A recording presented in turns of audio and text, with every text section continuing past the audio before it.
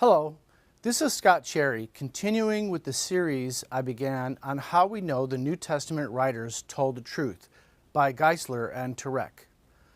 I've covered points 1 and 2 already, which you can find in our YouTube channel, Tao and Tawhid Collection. So today I'll skip to reasons 4 and 5 because they're directly related to Resurrection Sunday, or Easter, which the world just celebrated a few days ago. If you have Professor Scott DeGregorio for the course Jesus and the Gospels, this video and the others in this series should be of special interest to you. I'll come back to reason number 3 another time. So reason 4. The New Testament writers carefully distinguished Jesus' words from their own. The New Testament writers made it very clear what Jesus said and what he didn't say.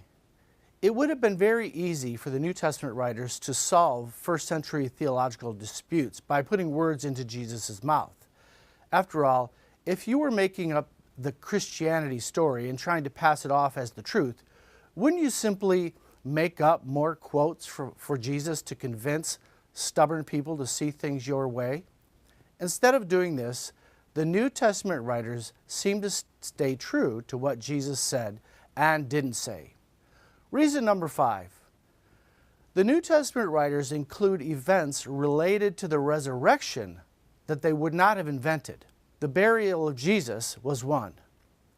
The New Testament writers record that Jesus was buried by Joseph of Arimathea, a member of the Sanhedrin, which was the Jewish ruling council that had sentenced Jesus to die for blasphemy.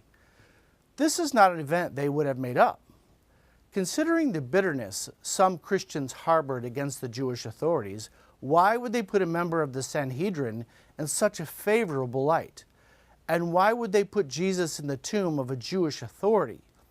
For if Joseph didn't really bury Jesus, the story would have been easily exposed as fraudulent by the Jewish enemies of Christianity. But the Jews never denied the story, and no alternative burial story has ever been found. Then there's the first witnesses. All 4 Gospels say women were the first witnesses of the empty tomb and the first to learn of the resurrection.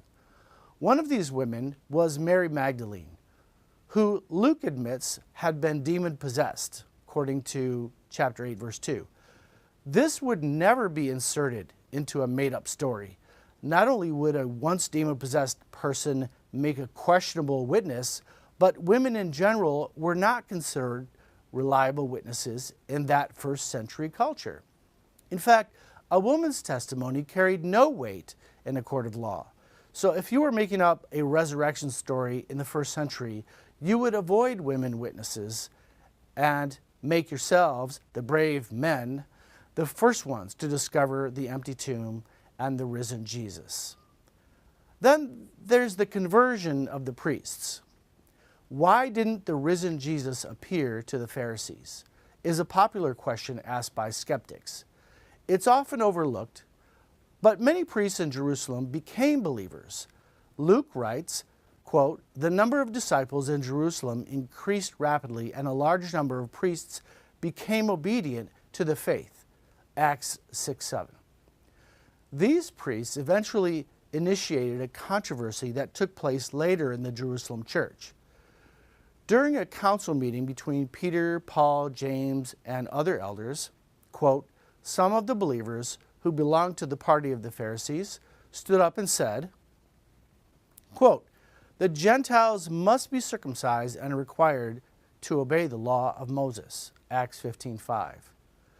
Luke would not have included these details if they were not true, because everyone would have known he was a fraud if there were not significant converts from the ranks of the Pharisees. He made it easy for his enemies to expose him if he had been a fraud. Then there was the explanation of the Jews. The Jewish explanation for the empty tomb is recorded in the last chapter of Matthew 6. Quote, "While the women were on their way, some of the guards went into the city and reported to the chief priests everything that had happened. When the chief priests had met with the elders and devised a plan, they gave the soldiers a large sum of money, telling them, 'You are to say, his disciples came during the night and stole him away while we were asleep.' If this report gets to the governor, we will satisfy him and keep you out of trouble." So the soldiers took the money and did as they were instructed. And this story has been widely circulated among the Jews to this very day. That's in Matthew 28, verse 11 through 15.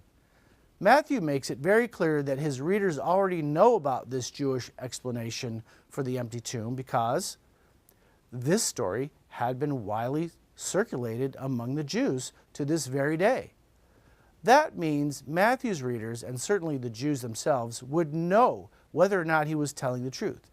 If Matthew were making up the empty story, why would he give his readers such an easy way to expose his lies?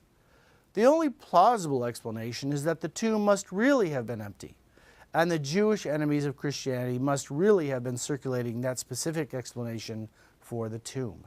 In fact, Justin Martyr and Tertullian, writing in AD 150 and 200 respectively, claimed that the Jewish authorities continued to offer this theft story throughout the 2nd century.